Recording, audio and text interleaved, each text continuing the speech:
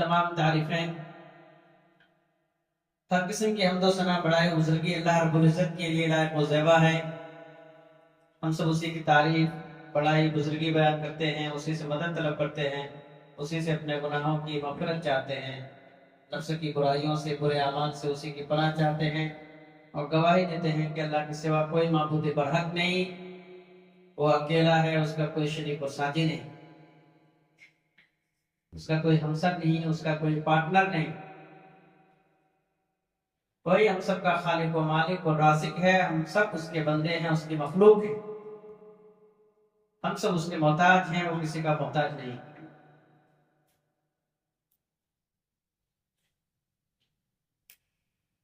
بعد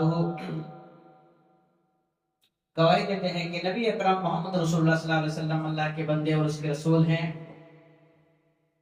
درود و سلام نازل ہو ہمارے آخری نبی احمد مجتبی محمد مصطفیٰ صلی اللہ علیہ وسلم پر۔ اللہم صلی علی محمد وعلی آل محمد کما صلیت علی ابراہیم وعلی آل ابراہیم انک حمید مجید۔ اللہم بارک علی محمد وعلی آل محمد کما بارکت علی ابراہیم وعلی آل ابراہیم انک حمید مجید۔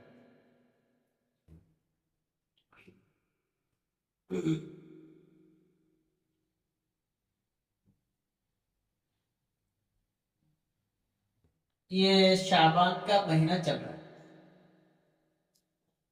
آج شعبان کی 10 تاریخ، انشاءاللہ اس کے بعد رمضان مبارک کا عظیم الشان خیر و برکت والا مہینہ آنے والے ہیں، لوگ اس میں داخل ہونے والے ہیں۔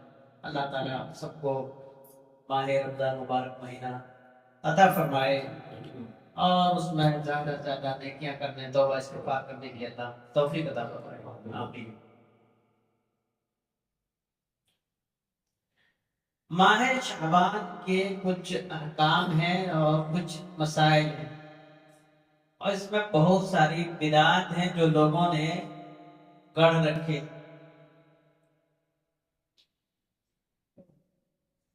قرآن اور صحیح حدیث سے ماہ شعبان کے کیا احکام ہیں اور کیا اعمال ہیں،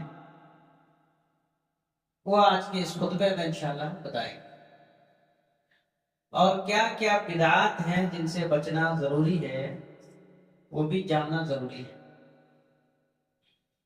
تاکہ آدمی بدعات سے بچ سکے، گناہوں سے بچ سکے۔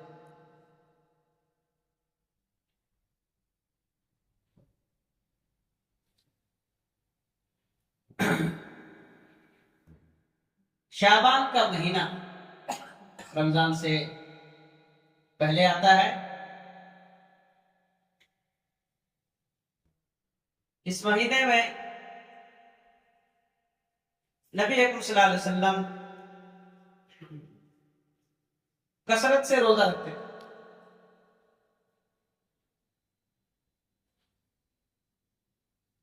تو یہ مہینہ روزہ رکھنے کا مہینہ ہے اور کثرت سے روزہ رکھنے کا مہینہ ہے۔ گویا کہ رمضان مبارک کے روزوں کا استقبال اسی مہینے سے نبی صلی اللہ علیہ وسلم شروع کر دیتے تھے، اور ایک وجہ یہ ہے کہ اس مہینے میں نیکیاں اللہ رب العالمین کی بارگاہ میں پیش کی جاتی ہیں، اس لیے اس مہینے میں نبی صلی اللہ علیہ وسلم کثرت سے روزہ رکھتے تھے۔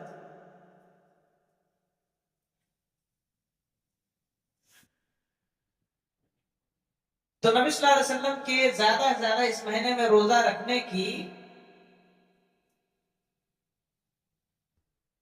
2 ریزن، ایک تو اس مہینے میں نیکیاں اللہ کی بارگاہ میں پیش کی جاتی ہیں، اور ایک یہ کہ رمضان مبارک کا استقبال اسی مہینے سے شروع کر دیتے۔